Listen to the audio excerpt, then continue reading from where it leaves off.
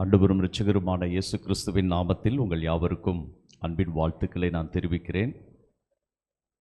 இந்த நாளில் கர்த்தருடைய வார்த்தையுமாக உங்கள் மத்தியில் நிற்பதற்கு கர்த்தர் பாராட்டின கிருபைக்காக நான் கர்த்தரை ஸ்தோத்திரம் பண்ணுகிறேன்.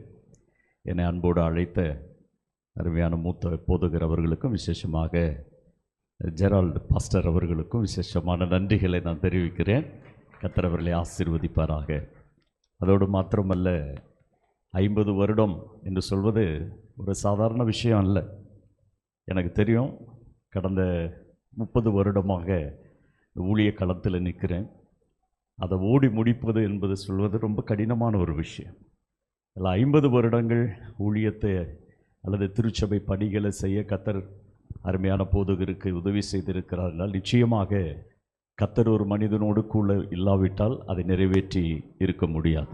அதனால் விசேஷமான வாழ்த்துக்களையும் எங்கள் திருச்சபையின் சார்பில் உள்ள ஜெபங்களையும் அருமையான போதகருக்கும் குடும்பத்துக்கு நாங்கள் அறிவிக்கிறோம். கர்த்தர் இன்னும் நீண்ட ஆயுளையும் ஆரோக்கியத்தையும் கொடுத்து தம்முடைய ஊழிய களத்தில் இன்னும் அவர்களை பயன்படுத்துவாராக. இதிலும் பெரிதானவைகளை கர்த்தர் காண பண்ணுவார். பைபிளில் சில வசனங்கள் நம்மை ரொம்ப உற்சாகப்படுத்துகிறவைகள். முந்தின ஆலயத்தின் மகிமையை பார்க்கிலும் பல சமயங்களில் வசனங்களாகவே இருக்கும். ஆனால் சில சமயங்களில் அந்த வசனங்களை கர்த்தர் நடைமுறை வாழ்க்கையில் நிகழ்த்தி காட்டுவார்.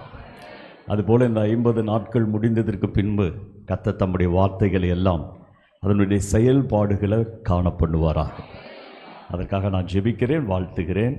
இன்று இரவு கர்த்தருடைய வார்த்தைக்கு நேராக உங்களை கொண்டு போக விரும்புகிறேன். ஏசாயா 51 அதிகாரம் 9, 10, 11 3 வசனங்களை நாம் வாசிக்க கேட்கலாம். ஏசாயா தீர்க்கதரிசன புத்தகம் 51 அதிகாரம் 9, 10, 11 வசனங்கள். எழும்பு எழும்பு பெலன்கொள், எழும்பு எழும்பு பெலன்கொள் கர்த்தரின் புயமே. முந்தின நாட்களிலும் பூர்வ தலைமுறைகளிலும் எழும்பினபடி எழும்பு. ராகாப்பை துண்டித்ததும் வலு சர்ப்பத்தை வதைத்ததும் நீதான் அல்லவோ? மகா ஆழத்தின் தண்ணீர்களாகிய சமுத்திரத்தை வற்றி போக பண்ணினதும் மீட்கப்பட்டவர்கள் கடந்து போக கடலின் பள்ளங்களை வழியாக்கினதும் நீதான் அல்லவோ? அப்படியே கர்த்தரால் மீட்கப்பட்டவர்கள் ஆனந்த களிப்புடன் பாடி சியோனுக்கு திரும்பி வருவார்கள். நித்திய மகிழ்ச்சி அவர்கள் தலைமையில் இருக்கும். சந்தோஷமும் மகிழ்ச்சியும் அடைவார்கள். சஞ்சலமும் தவிப்பும் ஓடிப்போம். ஆமென். 11வது வசனத்தை நம்ம எல்லாரும் சேர்ந்து படிக்கலாமா? அப்படியே கர்த்தரால் மீட்கப்பட்டவர்கள் ஆனந்த களிப்புடன் பாடி சியோனுக்கு திரும்பி வருவார்கள். நித்திய மகிழ்ச்சி அவர்கள் தலையின் மேல் இருக்கும். சந்தோஷமும் மகிழ்ச்சியும் அடைவார்கள். சஞ்சலமும் தவிப்பும் ஓடிப்போகும். அல்லேலூயா. பழைய ஏற்பாட்டு தீர்க்கதரிசிகளில் பெரிய தீர்க்கதரிசி என்று அறியப்படுகிறவர்களில் ஒருவர் ஏசாயா தீர்க்கதரிசி. ஏசாயா தீர்க்கதரிசி ஜெபிக்கிற ஒரு ஜெபத்தை தான் இந்த 3 வசனங்களில் நாம் வாசிக்கிறோம். பழைய ஏற்பாட்டில் அநேக தேவ மனிதர்கள் ஜெபிக்கிறத வேதாகமம் பதிவு செய்து வைத்திருக்கிறது. அபிரகாமினுடைய ஜெபம், தேவ பிள்ளைகளாகிய ஈசாக்கினுடைய ஜெபம், யாக்கோபு தனித்து நின்று போராடி ஜெபிக்கிற ஜெபம், அன்னாளுடைய ஜெபம், இப்படி பல தேவ பிள்ளைகளுடைய ஜெபங்கள் பழைய ஏற்பாட்டில் உண்டு. புதிய ஏற்பாட்டுக்கு வரும்போது நம்முடைய இரட்சகரும் ஆண்டவருமாகிய இயேசு கிறிஸ்துவினுடைய ஜெப வாழ்க்கை, அப்போஸ்தலர்களின் ஜெபங்கள், அதையெல்லாம் தாண்டி அப்போஸ்தலனாகிய பவுல் ஜெபிக்கிற ஜெபங்கள் சிலது நிரூபங்கள் எழுதப்பட்டிருக்கிறது. அந்த ஜெபங்களை நாம் ஜெபமாக ஏறெடுப்பது நல்லது என்றாலும் அந்த ஜெபமே ஒரு ஆவிக்குரிய பாடம் போல் இருக்கும். அவ்வளவு ஆழமாக வெளிப்பாடுகளோடு அப்போஸ்தலனாகிய பவுல் ஜெபிக்கிறார்.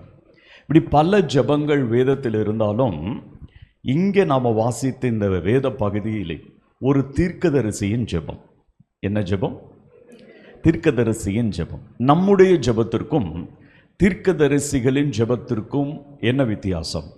நம்முடைய ஜெபம், நம்ம ஜெப குறிப்புகளை கேட்டு அதை ஜெபமாக ஏறெடுப்போம் அல்லது எழுதி வைத்து இந்த விண்ணப்பங்களை தெய்வ சமூகத்தில் கொண்டு செல்லுவோம். ஆனால் தீர்க்கதரிசிகள் ஜெபிக்கிறதற்காக எந்த குறிப்புகளும் எடுக்க மாட்டாங்க. தெய்வ சமூகத்தில் அவர்கள் நிற்கும்போது கர்த்தர் அவர்களுக்கு காண்பிக்கிறதையே, கர்த்தர் அவர்களுக்கு வெளிப்படுத்துகிறதையே ஜெபமாக ஏறெடுப்பார்கள். இன்னொரு வார்த்தையில் சொன்னால், ஆவிக்குரிய கண்களால் அவர்கள் காண்பார்கள், காண்பதை ஜெபமாக ஏறெடுப்பார்கள். அப்படி தீர்க்கதரிசிகளுடைய ஜெபத்திற்கும் நம்முடைய ஜெபத்திற்கும் நிறைய வித்தியாசம் உண்டு. பழைய ஏற்பாட்டு காலத்திலும் நாம் இருக்கிற இந்த புதிய ஏற்பாட்டு காலத்திலும் மாறாமல் இருக்கிற ஒரு ஊழியம் எது என்று கேட்டால் இந்த தீர்க்க தரிசன ஊழியம் மட்டும்தான். பழைய ஏற்பாட்டில் ஆசாரியர்கள், லேவியர்கள் என்கிற அந்த ஊழிய முறைமைகளை எல்லாம் கர்த்தர் மாற்றிட்டார். புதிய ஏற்பாட்டுக்கு வரும்போது 5 வகையான புதிய ஏற்பாட்டு ஊழியங்களை தேவன் கொண்டு வருகிறார். இந்த 2 ஊழியங்களிலும் காமனாக இருக்கிற ஒரே ஒரு ஊழியம் எது என்றால் தீர்க்க தரிசன ஊழியங்கள் மட்டும்தான். தீர்க்க தரிசன வரம் அல்ல, தீர்க்க தரிசிகளின் அழைப்புள்ளவர்கள்.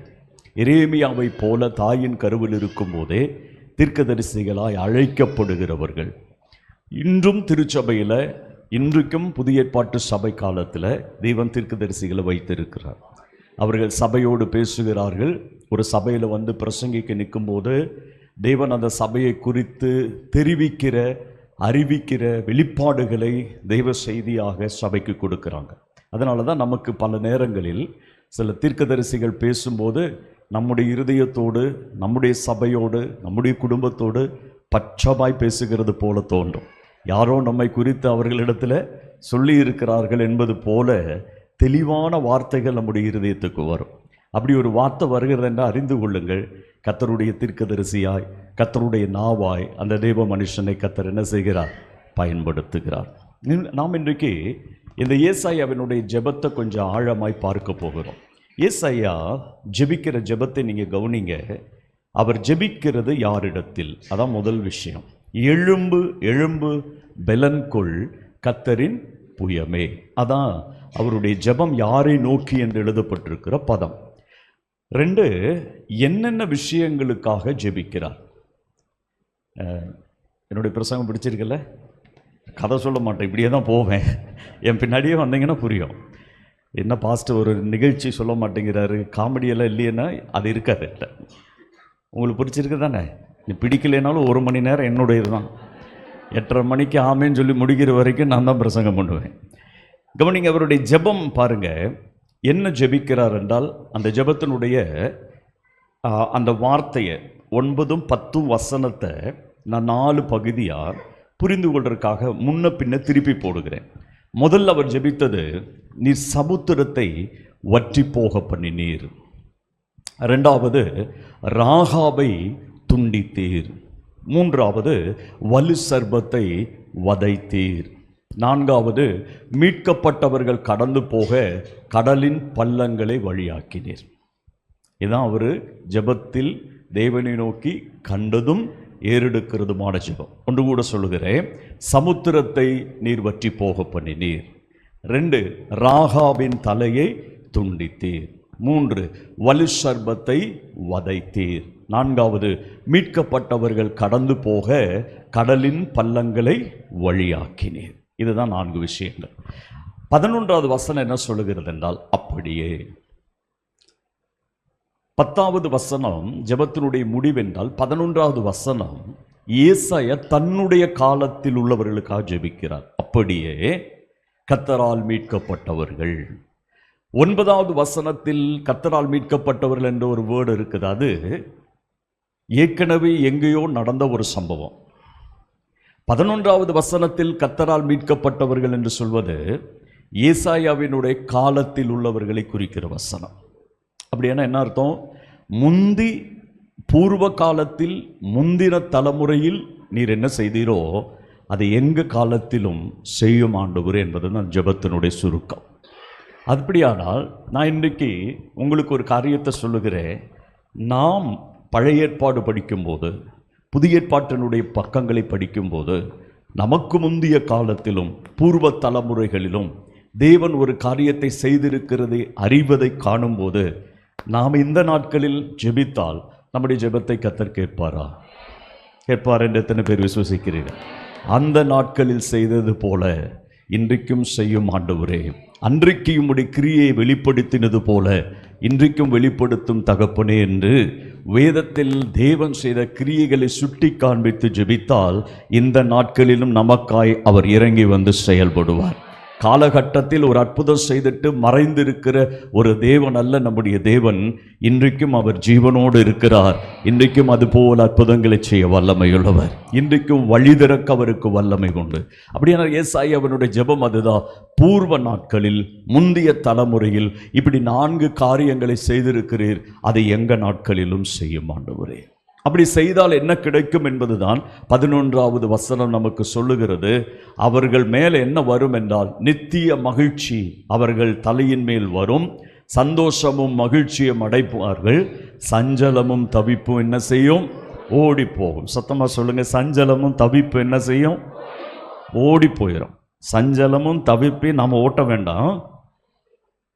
கர்த்தர் எழுந்தருளினால் அது தானாக ஓடி போயிடும். அல்லேலூயா.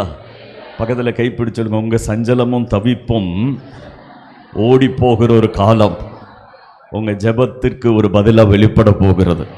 முந்தின நாட்களிலும் பூர்வ தலைமுறையிலும் எழும்பினது போல கர்த்தர் நமக்காய் எழும்ப தொடங்குவார். இனி ஏசாயாவினுடைய ஜெபத்திற்குள்ள போவோம். ஏசாயா ஜெபிக்கும் போது என்ன கண்டார்? நான் சொன்னேன், கண்டதை தெய்வ சமூகத்தில் ஏறெடுக்கிறார். அப்ப ஏசாயா கண்ட காட்சி அது. 10வது வசனம், மகா ஆழத்தின் தண்ணீர்களாகிய சமுத்திரத்தை வற்றி போக பண்ணினீர். இந்த வசனம் படிக்கும்போதே பைபிள் நல்லா தெரிகிற தெய்வ பிள்ளைகளுக்கு புரியும் எந்த காட்சியை அவர் கண்டார். சத்தமா சொல்லுங்க, பயமே வேண்டாம். ஜெரால்டு உங்க எல்லாருக்கும் 500 ரூபா கொடுப்பார். செங்கடலை அவர் காண்கிறார். செங்கடல் எந்த இடத்துல வேதாகமத்தில் ஆண்டவரால் இஸ்ராயேல் ஜனங்கள் கடந்து போக எழுதப்பட்டிருக்கிறது? யாருக்கு தெரியும்? தெரிஞ்சவங்க ஒன்று கை தூக்கி காட்டுங்க. தெரிஞ்சவங்க கை தூக்கணும். அப்போ தான் பாஸ்டர் ஜெரால்டு இப்போ 500 ரூபா எடுத்து எண்ணிட்டு இருக்கிறார் யாருக்கு கொடுக்குறதுன்னு. தெரிந்தவங்க, ஒரே சிஸ்டர், ஒரு பிரதரு, ஒரு தம்பி. சரி சொல்லுங்க சிஸ்டர். யாத்திராகமத்தின் புத்தகம் 14ஆம் அதிகாரத்தில் இருக்கு. வெரி குட் தம்பி, 500 கொடுத்துரு. யாத்திராகமத்தின் புத்தகம் 14ஆம் அதிகாரத்தில். எத்தனை பேர் 14ஆம் அதிகாரம் படிச்சிருக்கிறீங்க? எல்லாரும் படிச்சிருப்பீங்க, பிரசங்கமும் கேட்டிருப்பீங்க. அங்கே என்ன நடக்கிறது? முன்பதா செங்கடல், பின்னாடி பார்வோன். இதற்கு இடையில கொண்டு ஜனங்க நின்று கொண்டு இருக்கிறாங்க. அவங்க சேர்ந்தது நிமித்தம் பிரச்சனை வரல. எப்போ பார்வோனை பார்த்தாங்களோ அப்போதான் இவங்களுக்கு பிரச்சனை ஆரம்பிக்குது. முன்பதா போக விட மாட்டேன் என்று செங்கடலும், விடமாட்டேன் உங்களை பிடித்து கொண்டு போவேன் என்று பார்வோனும், 2 பக்கத்திலும் நெருக்கடியில் நிற்கும் போது 2 பக்கத்திலும் மலைகள் இருந்ததா சொல்றாங்க. அதனால மலை மேலே ஏறி போக முடியாது. அப்ப 2 பக்கத்திலும் பிரச்சனை. இன்னொரு வார்த்தையில் சொன்ன 4 பக்கமும் தப்பிக்க முடியாத ஒரு சூழல்ல அவங்க சிக்கி இருக்கும்போது கர்த்தர் அந்த செங்கடலில் வழி திறந்தார். இந்த காட்சியை தான் ஏசாயா காண்கிறார். நான் இந்த காட்சிக்கு உங்களை முதல்ல கொண்டு போயிட்டு கர்த்தர் அங்கே என்ன செய்தார் என்பதை சொல்லி நான் ஜெபிக்க விரும்புகிறேன். நீங்க அந்த காட்சி எப்படி கண்ணு முன்னாடி கொண்டு வாங்க. முன்னாடி செங்கடல், முன்னாடி போக முடியாது. பின்னாடி யாரு? பார்வோன். 2 பக்கம் மலைகள், மேலேயும் ஏற முடியாது. சிக்கி கொண்டோங்கிற ஒரு இடத்துல நின்றுட்டோம். சிக்கி கொண்டோம்னு தோணுன உடனே அவங்க பழைய ஆளுகளாக மாறிட்டாங்க. பழைய ஆளுகன்னு என்ன? கர்த்தரை மறந்துட்டாங்க. அவ்வளோதான். கண் இருக்குதா, காது இருக்குதா, மூக்கு இருக்குதான்னு பல சமயங்களில் நாம் சிந்திக்கிறது போல இங்கே சாகவா கர்த்தர் எங்களை கொண்டு வந்தார் என்று கடும் கோபம் அடைந்து கல்லுகளை எடுத்து மோசேக்கு விரோதமாக ஜனங்க எழும்புறாங்க. எத்தனை லட்சம் புருஷர்கள்? மொத்தமாக 30 லட்சம் பேர் சொல்கிறாங்க. ஆளுக்கு ஒரு சின்ன கல் எடுத்து போட்டாலும் மோசே அவ்வளோதான்.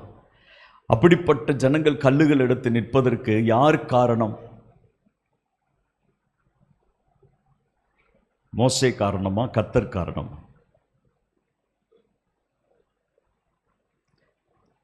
இந்த முறை பதில் சொன்னீங்கன்னா 1000 ரூபாய் உண்டு. யார் காரணம்? மோசே காரணமா, கர்த்தர் காரணமா? நான் சொல்கிறேன், கர்த்தர் தான் காரணம். Very good brother. யார் காரணம்? கர்த்தர் தான் காரணம். 13ஆம் அதிகாரத்தில் அவங்க சில தேசங்களின் வழியாய் போனால் அவர்கள் சோர்ந்து போவார்கள் என்று தேவன் தான் அந்த வழியை தீர்மானிக்கிறார். நீங்கள் புரிந்து கொள்ளணும், நம்முடைய வழி எப்பொழுதும் அவருடைய கரத்தில் தான். 2, அவர்களை பாதுகாப்பாய் நடத்துவதற்கு அக்னி ஸ்தம்பத்தையும் மேக ஸ்தம்பத்தையும் கர்த்தர் என்ன செய்கிறாரு? கட்டளையிடுறார். நீங்க 14ஆம் அதிகாரம் 1 முதல் 4 வரை உள்ள வசனங்களை வாசித்தால், எந்த இடத்துல நீங்க பாளையம் இறங்க வேண்டும் என்று ஒரு பாளையம் இறங்குற இடம் வரைக்கும் கூட்டிட்டு வந்தது யார் தான்?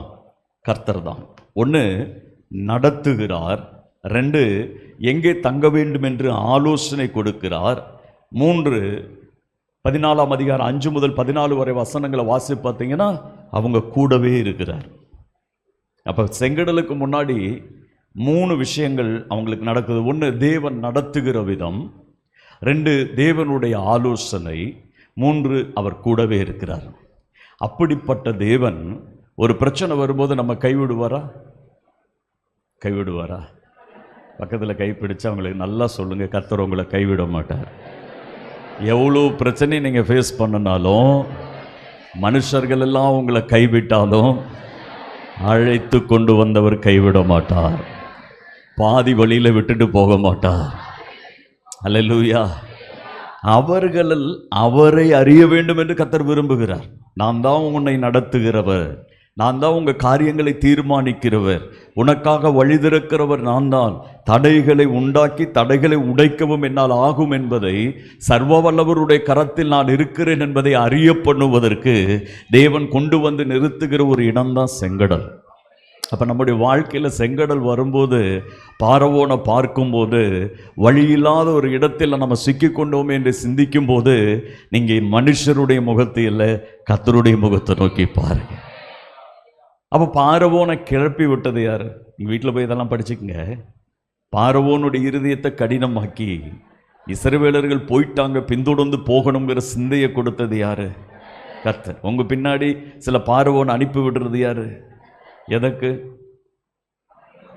நீங்கள் இன்னும் அவரை ஆழமாக அறிவதற்கு. சில வியாதி வரலைன்னா இன்னும் கர்த்தரை ஆழமாக அறிய முடியாது. சில நெருக்கங்கள் வரலைன்னா இன்னும் அவருடைய அன்பை நம்மால் விளங்கி கொள்ள முடியாது. சில துரோகங்கள் நமக்கு நடக்கலைன்னா கர்த்தருடைய ஆழமான அன்பை நம்மால் விளங்கி கொள்ள முடியாது. கர்த்தாவே சில பார்வோன்களை அனுப்புகிறதற்காய் ஸ்தோத்திரம்.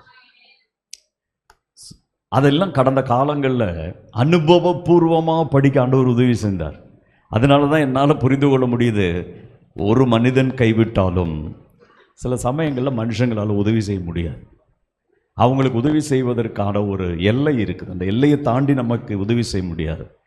நீங்கள் வியாதியாக இருந்தால் பக்கத்தில் வந்து, பிரதர் ஒன்றும் கவலைப்படாதீங்க, நான் உங்களுக்காக ஜெபிக்கிறேன், கர்த்தர் எல்லாம் பார்த்துக்குவார், அவ்வளோதான் அவங்களால சொல்ல முடியும். நம்ம பெயினை கொஞ்சம் எடுக்க முடியுமா? எடுக்க முடியாது. நம்ம வருத்தத்தில் இருக்கும்போது, நான் கூட வருத்தத்தில் இருக்கும்போது ஏதாவது ஒரு ஊழியக்காரங்க எனக்காக ஃபோன் பண்ணி, பாஸ்டர் நான் ஜெபம் பண்ணிட்டு இருந்தேன், கர்த்தர் உங்களோடு இதை பேச சொன்னாருன்னு சொல்லி ஒரு ஆளாவது என்னை கூப்பிட்டு ஜெபிப்பாங்களான்னு நான் ஏக்கத்தோடு உட்கார்ந்துருந்த நாட்கள் உண்டு. ஒரு ஊழியக்காரரும் ஃபோன் பண்ணலை. அதனால் அவங்கெல்லாம் நல்லவங்க இல்லைன்னு சொல்லலை. அது ஆண்டவரே அவங்கள தடுத்து வச்சுட்டார்.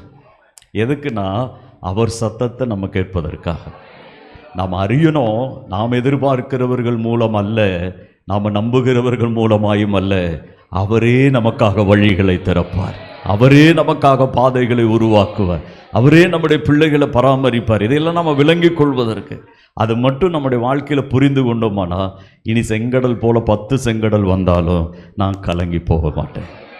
இந்த 30 லட்சம் பேர் கலங்கும் போது அங்கே ஒரு மனுஷன் இருக்கான் பாருங்க, அந்த ஆள் பேர் மோசே. அவருடைய கொஞ்சம் கவனிச்சு பாருங்க, அவருக்கு விரோதமே எல்லாரும் கல்லை தூக்கிட்டு நிற்கிறாங்க. அவர் தான் மரண விளிம்பில் நின்று கொண்டு இருக்கிறார். ஆனால் அவருக்கு ஏதாவது அசைவு இருக்குதா? பயம் இருக்குதா? ஓடி ஒளியிருக்கு ஏதாவது இடத்தை தேடினாரா? தப்பித்து கொள்வதற்கு போய் சமாதானமானாரா? எப்பா மன்னிச்சுக்குங்க, இந்த ஆண்டவர் சொன்னார் சொல்லி நானும் உங்களை தெரியாமல் கூட்டிகிட்டு வந்துட்டேன், நானும் உங்கள் பக்கம் தான் நிற்கிறேன், எனக்கு ஒரு கல் கொடுங்க, கத்தர் மேலே போடுறேன்னு சொன்னாரா? பதறி ஒன்றுமே செய்யலை. மனுஷன் தைரியமாக நிற்கிறார். அதைரியத்துக்கு பின்னாடி இருக்கிறதுக்கு என்ன காரணம் தெரியுமா? அவருக்கு தெரியும் இந்த தேவன் எப்படிப்பட்டவர். எத்தனை பேர் விசுவசிக்கிறீங்க? அவர் மனுஷங்களோட பேசின வார்த்தை கவனிங்க. கர்த்தர் சொன்ன வார்த்தை அல்ல அவர் முதல்ல பேசினது. அவர் கர்த்தருடைய வார்த்தை அல்ல பேசினது, அவருடைய வார்த்தையை பேசுகிறார். நீங்க அமைதியா இருங்க, கர்த்தர் உங்களுக்காக யுத்தம் பண்ணுவார். எவ்வளவு சாஃப்டா சொல்றாரு பாருங்க. அமைதியா இருங்க, கர்த்தர் உங்களுக்காய் யுத்தம் செய்வார். யாத்திராகமம் 14:14 நம்ம வீட்டில் போய் எல்லா வாக்குத்தத்த பகுதியிலும் எழுதி வச்சிருப்போம். கர்த்தர் உங்களுக்காக யுத்தம் பண்ணுவார், நீங்கள். ஆனால் யாரும் சும்மா இருந்தாங்களா? இல்லவே இல்லை. சும்மா இருந்த ஒரே ஒரு ஆள் யார் தெரியுமா? மோசே மட்டும்தான். அதனால தான் கர்த்தர் மோசேட்ட பேசினார். மோசே, அவங்க சொல்கிறத நீ கேட்காத, நான் சொல்கிறத நீ கேளு. எப்போ கர்த்தர் பேசுகிறார் தெரியுமா? கலவர பூமியில் அமைதியாக தெய்வத்தை நம்புகிற ஒருத்தனோட ஆண்டவர் பேசுகிறார். கலவரமான இடத்துல நீங்களும் நானும் கலவரமாக தான் இருப்போம். ஒருத்தர் நம்ம பேசிட்டா திருப்பி எப்படி பேசுறது? ஒருவர் நம்மை திட்டா நம்ம எப்படி ஜெபத்தில் திரும்ப அவரை திட்டுறது? ஒருத்தர் நமக்கு விரோதமாக பொய் சாட்சி சொல்லிட்டாங்கன்னா அடுத்து அவருக்கு வயிற்று கடுப்பு பிடிக்கிறதுக்கு எப்படி ஜெபம் பண்ணுறது?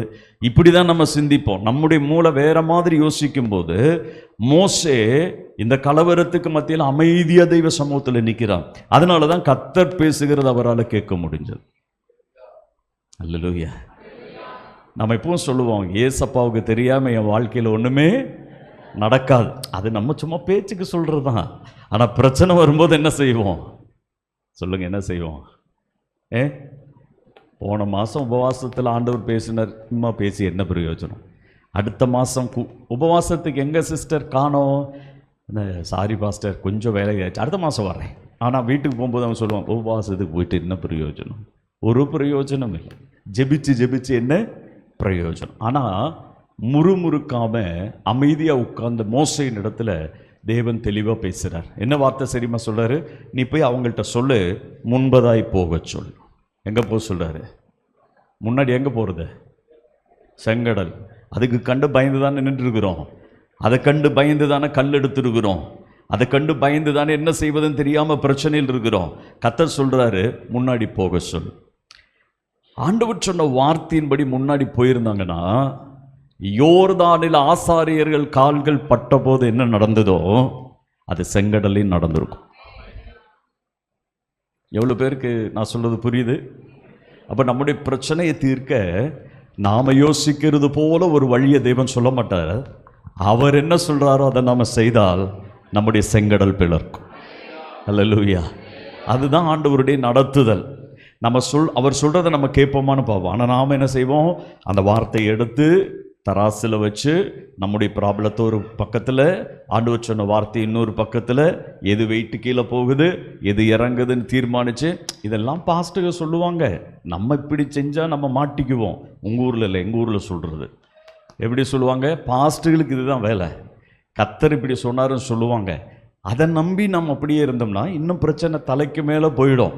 அதனால் அவர் சொல்கிறத நம்ம என்ன செய்யக்கூடாது? கேட்கக்கூடாது. நம்ம சூழ்நிலைக்கு ஏற்ற மாதிரி ஒரு கடனை வாங்கணும், சூழ்நிலைக்கு ஏற்ற மாதிரி மனுஷங்க சொல்கிறத கேட்கணும்னு என்றைக்கு தீர்மானம் எடுக்கிறோமோ அப்போ செங்கடல் என்ன செய்யும்? பிரியவே பிரியாது. அப்போ செங்கடல் மட்டும் இருந்தால் போதாது, பின்னாடி பார்வோனும் வந்தால் தான் நம்ம கர்த்தர் சொல்கிறது கேட்போன்னு அவருக்கு தெரியும்.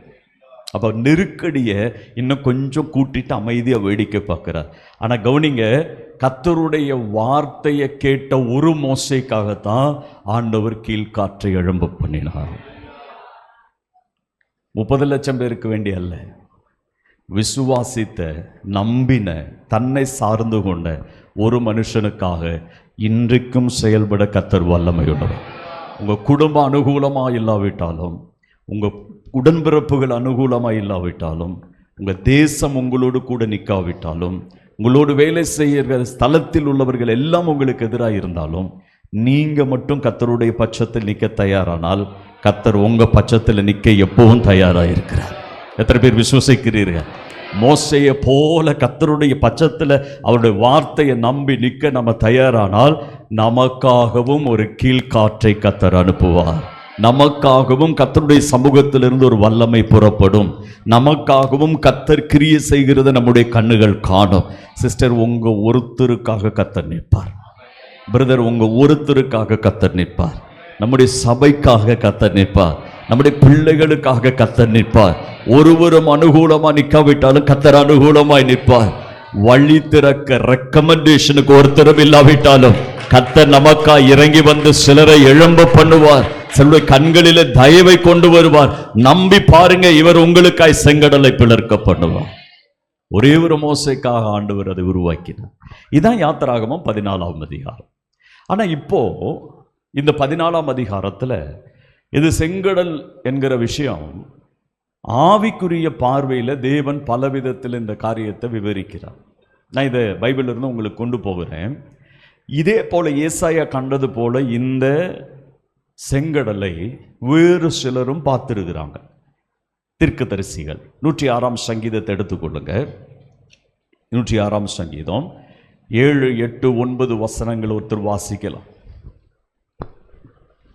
எங்கள் பிதாக்கள் எகிப்திலே உம்முடைய அதிசயங்களை உணராமலும் உம்முடைய கிருபைகளின் திரட்சியை நினையாமலும் போய் சிவந்த சமுத்திர ஓரத்திலே கலகம் பண்ணினார்கள். அதுதான் இப்ப நம்ம படிச்சது. அடுத்தது, ஆனாலும் அவர் தமது வல்லமையை வெளிப்படுத்தும்படி தம்முடைய நாமத்தின் நிமித்தம் அவர்களை ரட்சித்தார். அடுத்த வசனம், அவர் சிவந்த சமுத்திரத்தை அதட்டினார். என்ன செஞ்சாராம்?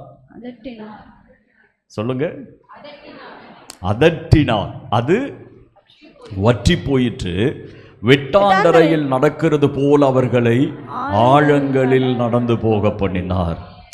கீழ்காற்று வந்ததனால கடல் வற்றி போயிட்டா, அதட்டினதுனால கடல் வற்றி போயிட்டா. எங்க 14ஆம் அதிகாரத்தில் என்ன வந்தது? கீழ்காற்று வந்துச்சு. ஒரு வேத பண்டிதர் எழுதியிருக்கிறாரு, 32 கோடியே 17 லட்சம் கிலோமீட்டர் வேகத்தில் காற்று வந்தாதான் கடல் 2 இருக்குமா.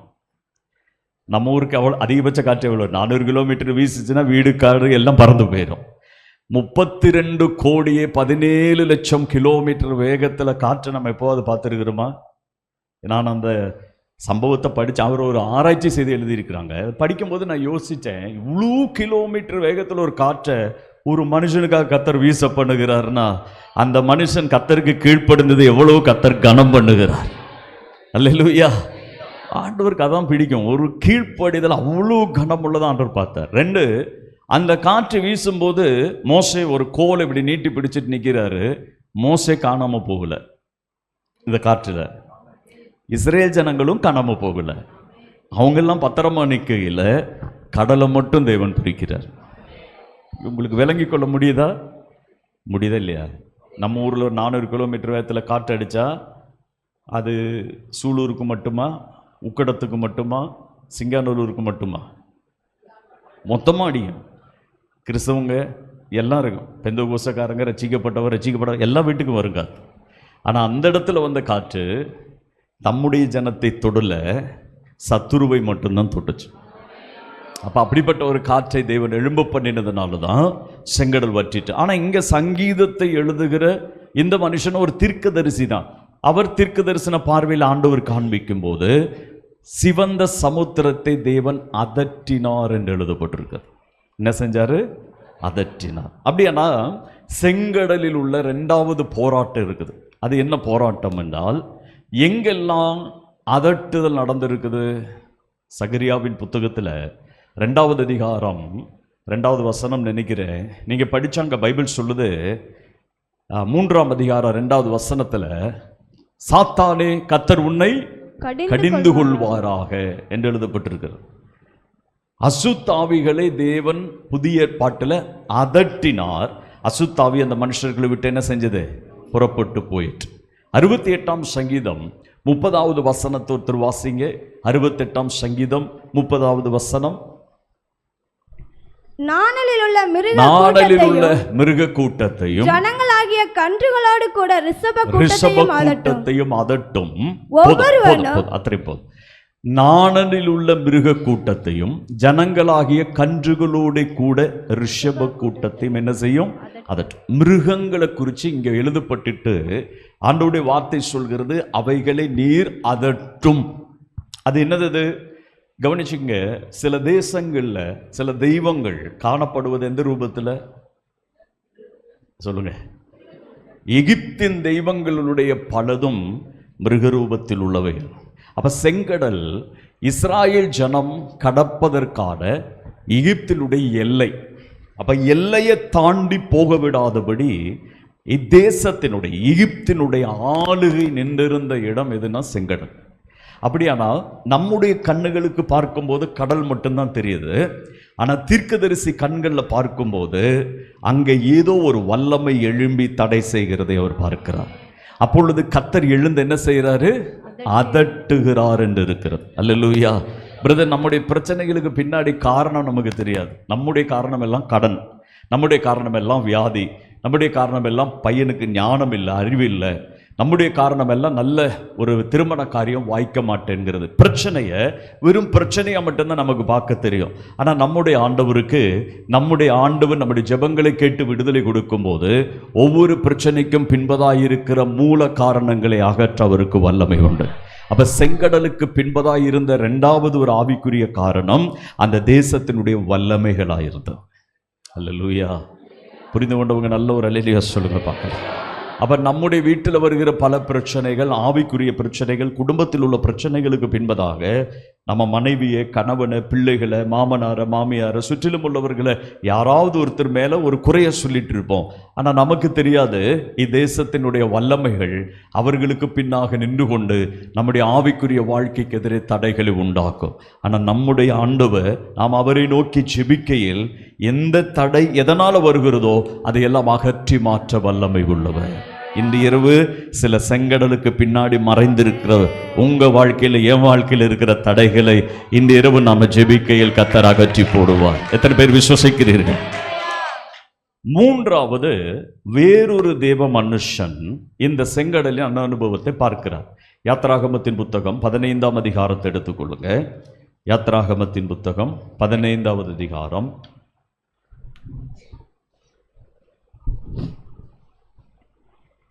7-8 வசனங்களை வாசிக்க. உமக்கு விரோதமாய் எழும்பினவர்களை உமது முக்கியத்தின் மகத்துவத்தினாலே நிர்மூலமாக்கினீர். உம்முடைய கோபாக்கினை அனுப்பினீர். அது அவர்களை தாளடிகளைப் போல பட்சித்தது. உமது நாசியின் சுவாசத்தினாலே ஜலம் குவிந்து நின்றது. ஜலம் என்ன செய்தது? குவிந்து நின்றது. 14ஆம் அதிகாரத்தில் கீழ்காற்று வந்து செங்கடலை இரண்டாய் பிளந்தது. 106ஆம் சங்கீதத்தில் அதட்டினார், அப்பொழுது செங்கடல் இரண்டாய் பிளந்தது. யாத்ராகமம் 15ஆம் அதிகாரம் 14ஆம் அதிகாரம் முடிந்து 15ஆம் அதிகாரத்தில் கர்த்தர் செய்த நன்மைகளை நினைத்து மிரியாம் பாடல் பாடி அந்த சகோதரிகள் தேவனுடைய நாமத்தை துதிக்கும் போது அந்த பாடல் வரிகளில் ஒரு வார்த்தையை அவள் இவ்விதமாய் சொல்லுகிறாள். பாட்டை உட்காந்து செங்கடலை கடந்து போகும்போது பேப்பர் வச்சு அவள் எழுதிட்டு இருக்கல, அக்கறை கடந்த உடனே அவள் ஒரு தீர்க்கதரிசியானபடினாலே அவள் மேல் வெளிப்பட்ட பரிசுத்த தேவனுடைய மகிமை அவளிலிருந்து ஒரு பாடலை எழும்ப பண்ணுகிறது. கர்த்தர் வெற்றி சிறந்தார் என்று அவள் பாடி கர்த்தரை துதிக்கிறார். அநேக பெண்கள் அவர்களோடு இணைந்து கர்த்தரை பாடி ஆராதிக்கிறார்கள். அப்ப அவளுக்கு தெரியாமலேயே அவள் கண்ட காட்சியை தீர்க்க தரிசனமாக அவள் உரைக்கிறாள். அந்த வார்த்தை என்ன? உமது நாசியின் சுவாசத்தினாலே ஜலம் குவியலாய் நின்றது. ஆமென்.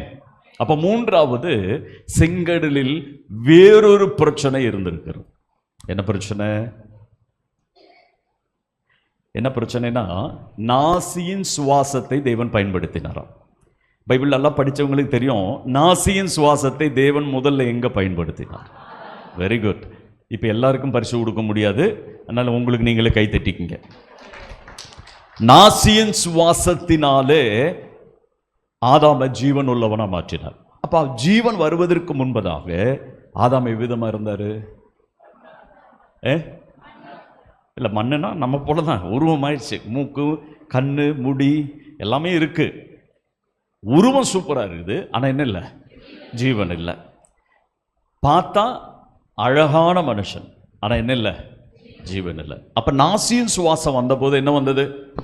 அப்ப செங்கடலில் உள்ள போராட்டம் என்ன தெரியுமா? எவ்வளவு மகிழ்ச்சியோடும் ஆடல் பாடலோடும் எகிப்திலிருந்து ஜனங்கள் புறப்பட்டார்களோ, அப்புறப்படுதலுடைய சந்தோஷம் அவங்க ஜீவிதத்திலிருந்து மாறி போய் நடைபிணம் போல் அவர்கள் மாற்றப்பட்டு அவர்கள் மறுபடியும் அந்த சந்தோஷத்தையும் மகிழ்ச்சியும் இழந்தவர்களா, ஜீவனற்றவர்களாய் மாற்ற சத்துரு போராடின இடத்தினுடைய வல்லமை தான் இந்த செங்கடல். செங்கடல் வந்தால் என்னவாயிடும்? ஆத்மீக சந்தோஷம் போயிடும், ரட்சிப்பின் அனுபவம் போயிடும். சங்காரதூதன் தங்கள் வீட்டுக்கு வந்தபோது ஆட்டுக்குட்டியின் ரத்தத்தினாலே தாங்கள் மீட்கப்பட்ட அந்த காரியத்தை நினைக்க முடியாதபடி மறக்கப்பட்டு போவார்கள். கர்த்தர் செய்த 10 மிகப்பெரிய வாதைகள் சிந்தையிலிருந்து வெளியே போயிடும். பிரச்சனை நம்முடைய ஆத்மீக ஜீவிதத்திலிருந்து சந்தோஷத்தை பறித்து போட்டு நம்மை ஒரு நடைபிணம் போல மாற்றிவிடும். இந்த செங்கடலுக்கு அப்படிப்பட்ட ஒரு வல்லமை இருந்தது. அதனால தான் 30 லட்சம் ஜனங்கள் கர்த்தரை நம்பி புறப்பட்டு மகிழ்ச்சியோடு அவர்கள் வந்த போதும் செங்கடலின் பக்கத்தில் வந்தவுடனே கர்த்தருக்கு எதிராக, மோசேக்கு எதிராக, ஊழியனுக்கு எதிராக இவ்வளவு கடுமையாய் அவர்கள் மாறினதற்கு காரணம் என்ன? அவர்களுடைய ஆத்ம சந்தோஷம் நஷ்டப்பட்டு போனது. இன்னைக்கு நம்முடைய ஜீவிதத்தில் பல இடங்கள்ல இந்த ஆவிக்குரிய சந்தோஷத்தை நாம் இழக்கிறது போல சில பிரச்சனைகளை நாம் அனுபவிக்கிறோம் இல்லையா? கர்த்தர் தான் பாஸ்டர் எங்களை ஆசீர்வதித்தாருன்னு சொல்லுவோம். 10 நாள் கழிச்சு சொல்லுவோம், எதுக்கு இந்த கல்யாணம் பண்ணனேன்னே எனக்கு தெரியல பாஸ்டர். இந்த வீட்டுக்காரோடு இருக்கிறத விட இல்லாமல் இருக்கிறதே நல்லதுன்னு சில பேர் சொல்லுவாங்க. பிரச்சனை வரும்போது நமக்கு பழையது ஒன்றும் ஞாபகம் வராது, வேற மாதிரி ஆயிடுவோம். என்ன செய்யறோம்னே தெரியாது. நேற்று ஒரு சகோதரிக்காக ஜெபிக்க அவங்க என்னை ஃபோன் பண்ணியிருந்த போது, நல்ல ஒரு ஆவிக்குரிய பிள்ளை, இந்து மார்க்கத்திலேருந்து ரட்சிக்கப்பட்டு ஆண்டவரை ரொம்ப சந்தோஷமாக ஏற்றுக்கொண்டு வைராக்கியமாக நின்று ஒரு கிறிஸ்தவ திருமணத்தை அங்கீகரித்து சாட்சியாக வாழ்கிறவங்க. ஆனால் கணவன் மனைவிக்கு இடையில் ஒரு சின்ன பிரச்சனை வந்தோடனே இதுவரை தேவனுக்காய் நின்றதையெல்லாம் மறந்து டேப்லெட் எடுத்து போட்டுருச்சு. நல்ல வேலை கடைசி நேரத்தில் அந்த பிள்ளை என்ன செய்யப்பட்டது? காப்பாற்றப்பட்டா. அவள் வந்து சொல்கிறா, பாஸ்டர் நான் ஏன் இப்படி செய்தேன்னு எனக்கே தெரியல, என்னுடைய எவ்வளோ வைராக்கியம் மறந்தேன் தெரியுமா? ஆனால் அந்த செகண்ட், ஒரு செகண்டில் கோபத்தில் நான் அதை செஞ்சுட்டேன். அந்த சமயம் எனக்கு வேற ஒன்றுமே தோன்றலை. இதுதான் பிசாசுக்கு தேவை. எல்லாத்தையும் மறந்து ஆத்மீக சந்தோஷம் இழந்தவர்களைப் போல கர்த்தருக்கு எதிராகவே நாம் மாறணும். அது 10 பேர் காண்கிறபடி நம்ம மாறி போக வேண்டும் என்று சத்துரு விரும்புவான். ஆனால் அந்த இடத்துல ஆண்டவர் என்ன கொண்டு வந்தாராம்? நாசியின், சத்தமாக சொல்லுங்க, நாசியின்.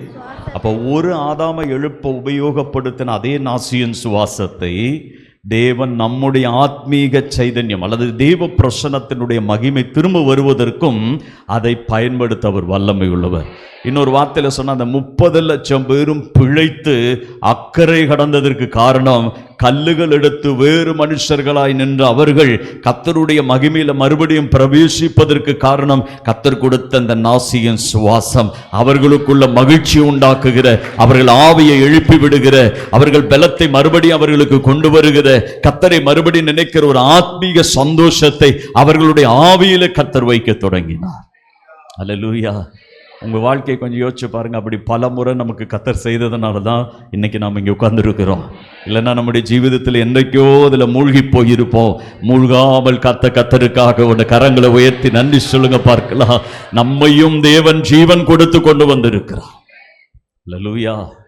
அப்ப 3வது பிரச்சனை அவர்களை நடைபிணமாக்குகிற பிசாசனுடைய போராட்டம். 4வது ஒரு பிரச்சனை இருக்கு. சங்கீதங்களின் புத்தகத்தை எடுத்துக்கொள்ளுங்க. 74வது சங்கீதம் 13வது வசனம். தேவரீர் உமது வல்லமையினால் சமுத்திரத்தை இரண்டாக பிளந்து. எதனால நீங்க சமுத்திரத்தை இரண்டாய் பிளந்தீர்? வல்லமையினால். சத்தமா சொல்லுங்க, வல்லமையினால். மறுபடியும் சொல்லுங்க. எபேசியருக்கு அந்த நிருபத்தில் 1ஆம் அதிகாரத்தை நீங்க வீட்டில் படிச்சீங்கன்னா, அப்போஸ்தலனாகிய பவுலுடைய ஒரு ஜெபம் உண்டு. விசுவாசிக்கிறவர்களுக்காக செயல்படுகிற அவருடைய வல்லமை. யாருக்காக செயல்படுகிற வல்லமை? விசுவாசிக்கிறவர்களுக்காக செயல்படுகிற வல்லமை. வல்லமைன்னு சொன்னா அசாதாரணமான தேவனுடைய பலன். அது நம்முடைய பலத்தோடு ஒப்பிடவே முடியாது. அப்ப தேவன் நமக்காக தம்முடைய வல்லமையை வெளிப்படுத்த வல்லமை உள்ளவர். அல்லேலூயா.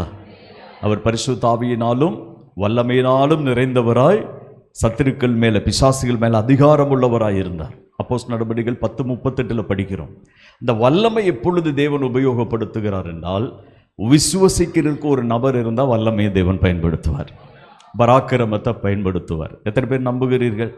இன்னைக்கு காலையில் சபையில் நான் பிரசங்கிக்கும் போது லூக்கா 19ஆம் அதிகாரத்திலிருந்து இந்த குருத்தோலை ஞாயிறில் சாதாரணமாக நான் அந்த ட்ரெடிஷன் மெசேஜ் எடுக்கவே மாட்டேன். நான் இன்னைக்கு கொஞ்சம் எடுக்கணும்னு தோணுச்சு. அதனால் போய் அதை ஒரு புதிய ஏற்பாட்டு சிந்தையிலிருந்து எடுத்தேன். அப்பொழுது எருசலேமுக்குள்ள பவனியாய் போகிற இயேசு எருசலேமை கண்ட உடனே என்ன செஞ்சாரா? அழுதார். கவனிச்சிங்களா? அழுதாரா இல்லையா? இதுக்கு முன்னாடி கர்த்தர் அழுதார். லாசரு மரித்த போது கல்லறையின் இடத்துக்கு போய் என்ன செய்தார்? ஸோ அது வேணா ஓகே. ஏன்னா அந்த சிச்சுவேஷனை பார்த்தீங்கன்னா எல்லாரும் அழுகிறத பார்த்தோன்னா சிலப்போ நமக்கு என்ன வரும்? நான்லாம் சில வீடுகளுக்கு போனால், மரண வீட்டுக்கு போனால் அழுகு வராது நமக்கு. ஆனால் கொஞ்சம் முகத்தை சோகமாக வச்சுட்டு கொஞ்சம் துக்கம் இருக்கும் நமக்கு. அதை நம்ம அப்படி அமைதியாக காட்டிட்டு வருவோம். ஆனால் எப்போ அழுவோம்? எப்போ அழுவோம்? நம்ம சுற்றி இருக்கிற 10 பேர் வாய் விட்டு அழுதுட்டாங்கன்னா நமக்கும் கொஞ்சம் மெல்ட் ஆகி என்ன செஞ்சிடும், கண்ணில் இருந்து கண்ணீர் வந்துடும். இப்போ இயேசுநாதர் அப்படி அழுதாருன்னு கூட வச்சுக்கலாம். ஆனால் எருசலேமை கண்டவுடனே இயேசு கண்ணீர் விட்டு அழுதார். ஏன், எதற்காக அழுதாரு? நான் உன்னை சந்திக்கும் காலத்தை நீ அறியாது போனபடியினால் உனக்கு நடக்க போகிற, கல்லின் மேல் கல்லிராதபடி நீ அழிக்கப்பட்டு போகிற காரியத்தை நினைச்சு கர்த்தர் அழுதாராம். நான் அந்த வசனத்தை படிச்சுட்டு உட்கார்ந்து யோசித்தேன். ஆண்டவரே, என் சபை ஜனங்க நான் சொல்கிறத கேட்கறது இல்லை. ஆவியில் அவங்களுக்கு எத்தனை பிரசங்கம் பண்ணாலும் அவங்க கீழ்ப்படிய மாட்டேங்கிறாங்க. ஒரு போதகராக நான் அழலாம், என் பிள்ளை கீழ்ப்படிய மாட்டேங்கிறான், பெற்றோர் அழலாம். ஆமாவா இல்லையா? சர்வ வல்லமையுள்ள தெய்வம் அழுகலாமா? அழுகலாமா? இயேசுநாதர் அழுதாருங்கிறது என்னால் ஏற்றுக்கவே முடியல. நீங்கள் ஏற்றுக்குவீங்களா? ஆண்டவரே, ஒரு வார்த்தை சொல்லியிருந்தீங்கன்னா போதுமே, வானத்திலிருந்து தீ இறங்கி மொத்தமாக என்ன செஞ்சுருக்கோம்? அழிச்சிருக்கோம். ஒரு 10 பேரை கூப்பிட்டு, இன்னைக்கு நான் தீ இறக்க போகிறேன் பாருங்கள், இதுக்கப்புறமாவது என்னை நம்புங்கன்னு சொல்லி கொஞ்சம் தீ இறக்கி இருந்தீங்கன்னா, எலியாவுக்காகவே இறக்குனவர் உங்களுக்காக இறக்க முடியாதா? ஒரு தீ இறக்கி இருந்தால் எருசலேம் மனம் திரும்பி இருக்கும். ஆனால் ஆண்டவர் வலுக்கட்டாயமாக யாரையும் வற்புறுத்துகிறவர் அல்ல. அவரை விசுவசிப்பதற்கு, அவரை ஏற்றுக்கொள்வதற்கு, அவரை நம்புவதற்கு வார்த்தைகள் மூலம், செயல்கள் மூலம் ஏற்கனவே அவர்கள் மத்தியில் தம்முடைய கிரியை நடப்பித்திருக்கிறார். அந்த கிரியை கண்டு நம்புங்கன்னு சொன்னார். ஏன்னா நம்ம ஒரு மிஷனாக அவர் பார்க்கல, நமக்கு உரிமை கொடுத்திருக்கிறார். இது உனக்கு முன்பாக ஜீவனையும் மரணத்தையும் வைக்கிறேன், உனக்கு முன்பாக ஆசீர்வாதத்தையும் சாபத்தையும் வைக்கிறேன், நீ தெரிந்து கொள்ள நான் உனக்கு உரிமை கொடுக்கிறேன். நீ எதை தெரிந்து கொள்ளுகிறாயோ அது உனக்கு சம்பவிக்கும். அப்படியானால் தேவன் கண்ணீர் விட்டு அதுக்கு நடக்க போறது நினைச்சு வருத்தப்பட்டாரே தவிர வலுக்கட்டாயமாய் எருசலேமை அவர் தொடவில்லை. அப்படியானால் நம்மையும் வலுக்கட்டாயமாக கர்த்தர் எதுவும் செய்ய மாட்டார். விசுவசித்தால் நமக்காக இறங்கி வந்து செய்வார். அல்லேலூயா. இப்ப விசுவசிக்கிறவனுக்காக செயல்படுகிற ஒரு வல்லமை உண்டு. எத்தனை பேர் நம்புகிறீர்கள்? எத்தனை பேர் நம்புகிறீர்கள்? பெத்தானியா குடும்பத்தில் ஒரு பெரிய துயர சம்பவம் நடக்கும்போது மார்த்தாலும் மரியாலும் போய் ஆண்டவருடைய பாதத்தில் விழுந்து அழுகிறாங்க. நீர் இங்கே இருந்திருந்தீரானால் என் சகோதரன் மரித்திருக்க மாட்டான். ஆண்டவர் சொன்ன ஒரு வார்த்தை உண்டு தெரியுமா? யோவான் 11:40 நீ விசுவசித்தால் என் மகிமை வரணும்னா என்ன வேணும்? என்ன வேணும்? என்ன வேணும்? அப்ப நமக்கு இன்று இரவு அவர் பட்சத்தில் நிற்பதற்கு அவருடைய வார்த்தைகளில் விசுவாசத்தை உருவாக்குகிற வல்லமை உண்டு. அது உங்களில் உருவானால் அவர் தம்முடைய வல்லமையை கொண்டு வர இன்றைக்கும் நம்ம மத்தியிலே உயிரோடு இருக்கிறார். Praise the Lord. நான் அதை ரொம்ப அனுபவிச்சிருக்கிறேன். சாதாரணமாக என்னுடைய சம்பவங்கள் எதுவும் நான் சொல்ல மாட்டேன். ஒரே ஒரு விஷயம் மட்டும் சொல்கிறேன். கோட்டயத்தில் நான் ஒரு மீட்டிங்கில் பிரசங்கம் பண்ணிடுவோம். ஹவுஸ் ப்ரேயர், வீட்டு கூட்டம் தான். ஆனால் 100 பேர் இருக்கிறாங்க. ஒரு டிரான்ஸ்லேட்டர் எனக்காக டிரான்ஸ்லேட் பண்ணிட்டு இருக்கிறார். நான் ஒரு சகோதரனுடைய தலையில் கை வச்சு இயேசுவின் நாமத்தில் என்னமோ கேன்சல் ஆகட்டும் சொல்லி நான் ஜெபம் பண்ணுறேன். அவர் வியாதியோ பலவீனமோ ஏதோ அந்த நேரத்தில் கேன்சல் ஆகட்டும் அப்படின்னு சொன்னேன். டிரான்ஸ்லேட்டருக்கு இந்த சத்தத்தில் அவங்க தெரியல, கேரளாக்காரங்க ரொம்ப கைத்தட்டி ஆர்ப்பாட்டமாக ஜெபம் பண்ணுவாங்க. அவர் என் சப்தம் அவருக்கு தெரிய விளங்கலை. அவர் என்ன பண்ணார்? கேன்சல் ஆகட்டும்ட்டார். உண்மையிலேயே அந்த மனுஷன் கேன்சராக இருந்தான். அந்த மீட்டிங்கில் அவர் கர்த்தர் சுகமாக்கிட்டார். எனக்கு பயங்கர ஷாக்காக இருந்தது கேட்டோன்னே. அங்கே வீட்டுக்கு என்னை மீட்டிங் நடத்தினவர் கூப்பிட்டு சொன்னாங்க, பாஸ்டர் அவர் சுகமாயிட்டார். அந்த பிரதர் எனக்கு ஃபோன் பண்ணி பேசுகிறார். நானும் யோசிச்சு பார்க்குறேன், இப்படி கேன்சருக்காக நான் ஜெபம் பண்ணவே இல்லையே. ஆனால் நம்ம விசுவசிக்கிற தேவன், நம்ம ஒரு வார்த்தையை தவறாக சொல்லிட்டோம் அல்லது டிரான்ஸ்லேட்டர் அதை புரிந்து கொள்ளாமல் சொல்லிட்டா கூட அந்த விசுவாசத்தை தேவன் கனப்படுத்துவார் என்றால் அவரையே நாம் விசுவசிக்க தயாரானால் எவ்வளோ வல்லமை நமக்காக வெளிப்படுத்துவார். நான் முதல்ல சொன்னதை மனதில் வைத்துக் கொள்ளுங்க. மோசே விசுவாசித்து நின்றான், கர்த்தர் தம்முடைய வல்லமையை பயன்படுத்தினார். ஒரு வசனம் கூட சொல்லிட்டு நான் முடிக்க விரும்புகிறேன். ஏசாயா 63ஆம் அதிகாரம் 11, 12, 13 வசனங்களை வாசிங்க. இப்போ செங்கடலினுடைய மற்றொரு அனுபவத்துக்கு நான் உங்களை கொண்டு போக போறேன். ஆகிலும் அவர் பூர்வ நாட்களையும் மோசேயும் தம்முடைய ஜனத்தையும் நினைவு கூர்ந்தார். ம். ஆனாலும் அவர்களையும் தமது மந்தையின் மெய்ப்பனையும் சமுத்திரத்திலிருந்து ஏற பண்ணினவர் இப்பொழுது எங்கே? கேள்வி கேட்டீங்களா? இப்போது அவர் எங்கே? அடுத்தது, அவர்கள் நடுவிலே தம்முடைய பரிசுத்த ஆவியை இருக்க கட்டளையிட்டு மோசேயின் வலது கையை கொண்டு அவர்களை தமது மகிமையின் புயத்தினாலே நடத்தி தமக்கு நித்திய கீர்த்தியை உண்டாக்க அவர்களுக்கு முன்பாக தண்ணீரை பிளந்தார். அல்லேலூயா. இப்ப எத்தனாவது பாயிண்ட் இது? மறந்துட்டும் பாஸ்டர். எத்தனாவது பாயிண்ட்? 4வது பாயிண்டா? சரி. மோசேயினுடைய கை. உங்க கையை பாருங்க, பாருங்க, வல்லமையான கையா அது. என் கை ஓட்ட கை.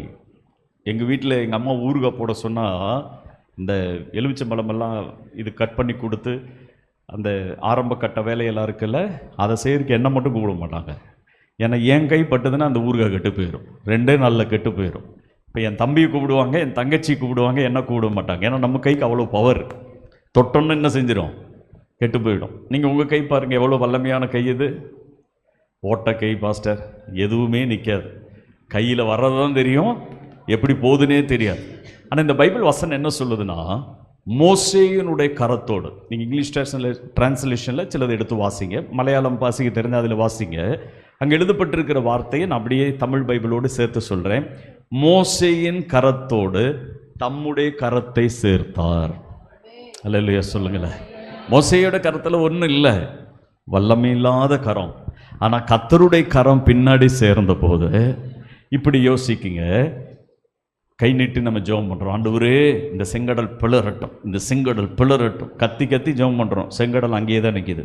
ஆனால் இந்த கை கூட அப்படியே கர்த்தருடைய கை சேர்ந்ததுன்னா என்னவாகும்? செங்கடல் தானாய் பிளர்க்கும். அப்போ மோசேயினுடைய கரத்தோடு தம்முடைய கரத்தை கர்த்தர் சேர்த்தார். அல்லேலூயா. ஏன் சேர்த்தார் தெரியுமா? கர்த்தருடைய நாமத்திற்கு கீர்த்தி உண்டாவதற்காக, அவருடைய பேர் கனப்படுத்தப்படுவதற்காக. சில அற்புதங்கள் கடந்த நாட்களில் நடந்தது நம்ம பேரை கீர்த்திப்படுத்த அல்ல, அவர் இருக்கிறார் என்று நாம பூர்ணமாய் அறிந்து கொண்டு அவரை மகிமைப்படுத்த தான் நம்முடைய கரத்தோடு கர்த்தர் நம்ம கரத்தை சேர்த்தினார். கரங்களை உயர்த்தி ஜெபித்த நமக்காக அற்புதம் செய்தார். கைகளை தட்டி பாடின நம்முடைய வாழ்க்கையில் ஆண்டவர் மாற்றங்களை உண்டாக்கினார். நம்ம சிந்தித்திராத விதத்தில் சில சர்டிபிகேட்டுகளை தேவன் மாற்றினார். சில புது வழிகளை தேவன் திறந்திருக்கிறார் என்றால் அவருக்கு கீர்த்தி உண்டாக்க நம்முடைய கைகளோடு அவருடைய கைகளை சேர்த்திருக்கிறார். இப்ப செங்கடல் பிளந்ததற்கு 4வது பாயிண்ட் இதுதான். அது கர்த்தர் கீர்த்தி உண்டாக்க செய்தவைகள். இப்ப நாம திரும்ப எங்க வரப்போறோம்? ஏசாயாவினுடைய ஜெபத்துக்கு வரப்போறோம். ஏசாயா ஜெபிக்கும் போது அவர் சொல்ற ஒரு வார்த்தையை கவனிங்க. ராகாபை துண்டித்ததும் வலு சர்பத்தை வதைத்ததும். ராகாப் அப்படின்னா கடல்ல வாழ்ற ஒரு மிகப்பெரிய கொடூரமான மிருகம். வெளிப்பாடு 21 படிச்சா நீங்க அதை பார்க்க முடியும். அது பிசாசினுடைய ஒரு அடையாளம். ராகாபும் வலு சர்பமும் 2 ஒன்று தான். இது 2ம் பிசாசை காண்பிக்கிறவைகள். இப்போ கவனிங்க, நான் இப்போ புரியுறதுக்காக சொல்கிறேன், நான் நல்லா கவனிச்சுக்கணும். இது ரொம்ப முக்கியமான பாயிண்ட். இப்போ கடல் காற்று சுவாசத்தினால, அப்புறம் வேற எதுனாலையெல்லாம் பிரிச்சாரு? கீழ்காற்று. அகத்தின் அழகு மூத்தில் தெரியுமா? சரி, இப்போ பிரிஞ்சிச்சு, கடல் 2ஆ பிளந்துருச்சு. இப்போ ஜனங்கள்லாம் அதுக்குள்ளே இறங்கி என்ன செய்கிறாங்க? அப்படியே நடந்து போயிட்டு இருக்காங்க. வலு சர்ப்பம் எங்கேருந்து வந்துச்சு?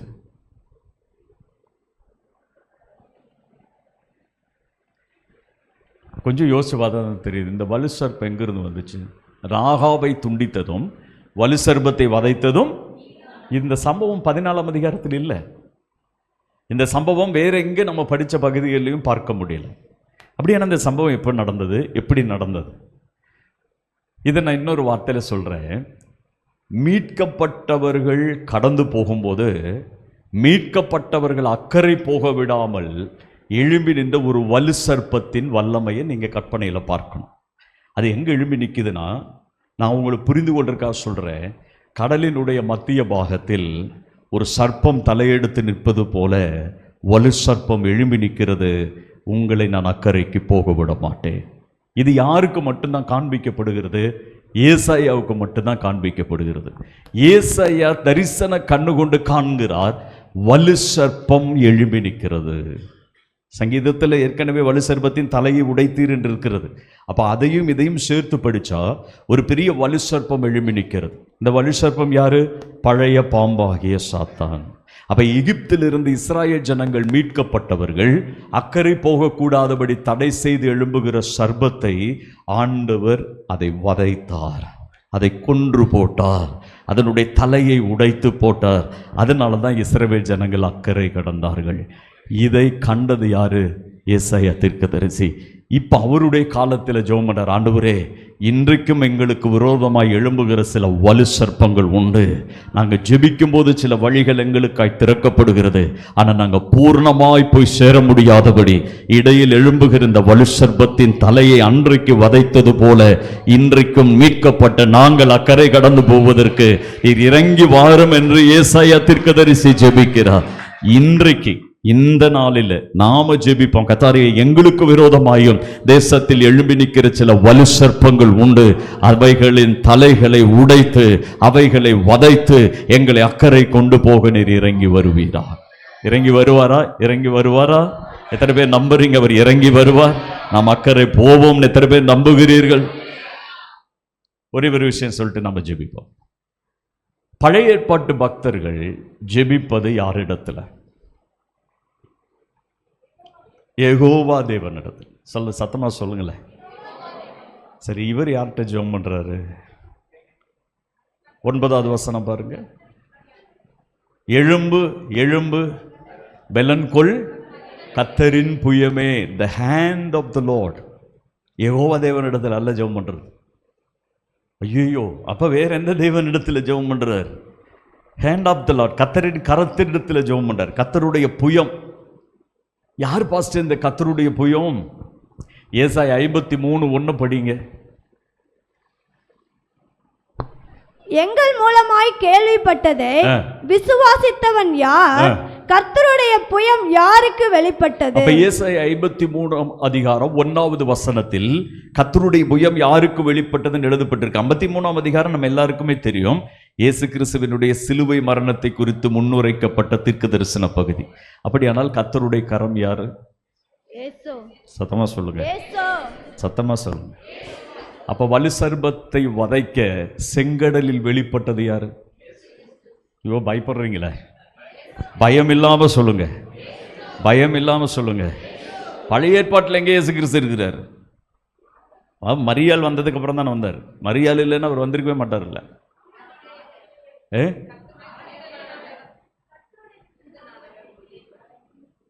பழைய ஏற்பாட்டிலேயே அவருடைய வெளிப்பாடு உண்டு. அவர் தான் சர்வ வல்லமை உள்ள தெய்வம். அவர் அங்கேயும் இருக்கிறார், இங்கேயும் இருக்கிறார், எல்லா இடத்துலையும் இருக்கிறார். அப்ப பழைய ஏற்பாட்டில் தேவனுடைய வெளிப்பாடுகளை குறிக்கிற ஒரு பதங்களில், இயேசு கிறிஸ்துவை குறிக்கிற பதங்களில் ஒன்று the hand of the lord. அப்ப தேவனுடைய புயம் எங்க வெளிப்பட்டுதான்? இஸ்ராயேல் ஜனங்கள் செங்கடல் கடக்கும் போது ஒரு சர்ப்பம் தலை தூக்கி நிற்கிறது, வலு சர்ப்பம் தடையாய் எழும்பி நிற்கிறது. அவர்களை தடை செய்யும்படி எழும்பின வலு சர்ப்பத்தை வதைக்க அன்றைக்கு வெளிப்பட்டது யார்? ஆண்டவரே, கர்த்தருடைய புயமாகிய நீர் அல்லவா?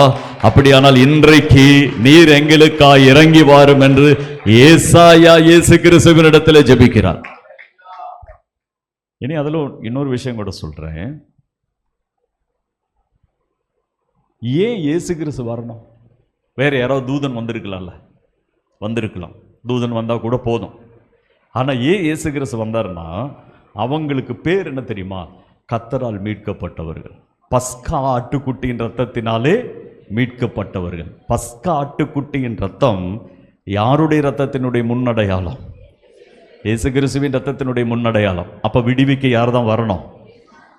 அதே ஆட்டுக்குட்டி தான் வரணும். அதனால தான் வலு சர்ப்பத்தை வதைக்க யார் வந்தது? இயேசு கிறிஸ்து வந்தது. இப்போ ஒரு விஷயத்த சொல்லி நான் உங்களுக்கு ஜெபத்துக்கு கொண்டு போகிறேன். அவர்கள் எல்லாம் பஸ்கா ஆட்டுக்குட்டியின் ரத்தத்தில் கழுவப்பட்டவர்கள். அவர்களை விடுவிக்கவே இயேசு இறங்கி வருவாரானால் நாமெல்லாம் யாருடைய ரத்தத்தில் கழுவப்பட்டவர்கள் தெரியுமா? அவருடைய தூய்மையான விலையேற பெற்ற ரத்தத்தில் கழுவப்பட்டவர்கள். அப்படியானா நமக்கு விரோதமாக எழும்புகிற வலு சர்ப்பத்தின் தலைகளை உடைக்க எழும்பி வாங்க ஆண்டவரே என்று நாம ஜெபித்தால் எவ்வளவு அதிகமாய் நமக்காய் இறங்கி வருவார். இன்று ராத்திரி அதை விசுவசிக்கிறவர்கள் ஒண்ணு கடவுளை துதிங்க பார்க்கலாம். ஆண்டவரே, உம்முடைய ரத்தத்தில் நாங்க விலை கொடுத்து வாங்கப்பட்டவர்கள், விலையேற பெற்று உம்முடைய ரத்தத்தில் கழுவப்பட்டவர்கள், தேவ ஆட்டுக்குட்டியின் ரத்தத்தினாலே விலை கொடுத்து வாங்கப்பட்டவர்கள். எங்களுடைய வழியில் எழும்பி நிற்கிற சில வலு சர்ப்பத்தின் தடைகள், ராகாபினுடைய வல்லமைகள் உடைக்கப்படும்படி அன்றைக்கு நீர் இறங்கி வந்தீரானால் முந்தின நாட்களிலும் பூர்வ தலைமுறைகளிலும் எழும்பினது போல இன்று இரவும் எங்களுக்காய் எழும்பும் என்று நாம ஜெபித்தால் இன்று உங்களுக்காய் அவர் இறங்கி வரப்போகிறார். நீங்க இங்க ஜெபிக்கும் போது வீட்டில விடுதலை நடக்கும். நீங்க இங்க ஜெபிக்கும் போது உங்க பிள்ளைகளுடைய வாழ்க்கையில தடைகள் உடைக்கப்படும். நீங்க இங்க ஜெபிக்கும் போது தூரத்தில் படிக்கிற பிள்ளைகளுக்காய் கர்த்தர் யுத்தம் பண்ண போகிறார். உங்களுடைய பின்மாற்றமாய் இருக்கிற குடும்பங்களை திருப்பி கொண்டு வருவதற்கு அவர்களை பின்னெழுப்புகிற தடை செய்கிற வலு சர்ப்பத்தின் வல்லமைகளை இன்று இரவு கர்த்தர் உடைத்து மாற்ற போகிறார். எத்தனை பேர் நம்புகிறீர்கள்? அப்ப நாம இன்றைக்கு ஏசாயாவினுடைய ஜெபத்தை செய்ய போகிறோம். கர்த்தாவே, முந்தின நாட்களிலும் பூர்வ தலைமுறைகளிலும் எழும்பினபடி எழும்போம்.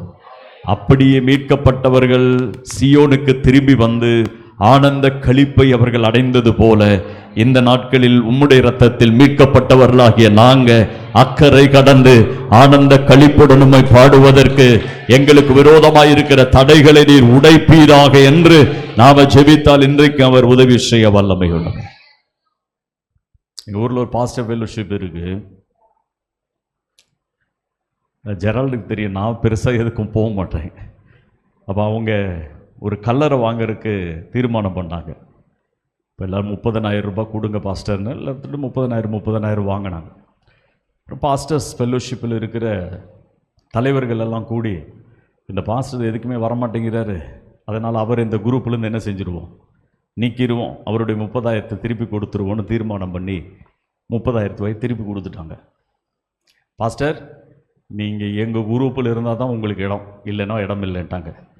கொடுங்கப்பா, 30,000 ரூபா எனக்கு தேவைப்படுதுன்னு சொல்லி வாங்கிட்டேன். என்னோட பாஸ்டர் எனக்கு ஃபோன் பண்ணி, பாஸ்டர் நாளைக்கு உங்களுக்கு பிரச்சனை வந்தா உங்கள் பக்கத்தில் நிற்கிறதுக்கு யாருமே இருக்க மாட்டாங்க, உங்கள் கூட நிற்க ஒருத்தரும் வர மாட்டாங்க. அப்போ நான் சொன்னேன், நீங்கள் சிஐடியூவா ஐஎன்டியூசியா எந்த குரூப்பை சார்ந்தவங்கன்னு சொல்லுங்க. முதல்ல நாங்கள் அப்படியெல்லாம் கிடையாது, நாங்கள்லாம் கர்த்தருடைய பிள்ளைகள். கர்த்தருடைய பிள்ளைகளாக இருந்தால் பின்ன என்ன நேசிச்சிருப்பீங்கல்ல. அப்போ என்ன குரூப்பில் சேர்த்துலன்னா நீங்கள் எந்த குரூப்பு? அப்போ நான் அவர்கிட்ட சொன்னேன், நான் உலக பிரகாரமாக வேலை செஞ்சவன். தமிழ்நாடு எலக்ட்ரிசிட்டி போர்டில் வேலை செய்கிற நாட்களில் வேலையை விட்டுட்டு தான் நான் ஆண்டவருடைய ஊழியத்துக்கு வந்தேன். என்ன அழைத்த ஆண்டவர் இன்னும் சாகலை. அவர் செத்து போனாருன்னா உங்களுக்கு சொல்லி அனுப்புகிறேன், உங்கள் குரூப்பில் நான் என்ன சேர்ந்துக்கிறேன். நான் எல்லா குரூப்பையும் சொல்லலை, அந்த குரூப்பிட்ட சொன்னேன். நான் என்னுடைய ஆண்டவர் என்ன சாகலை.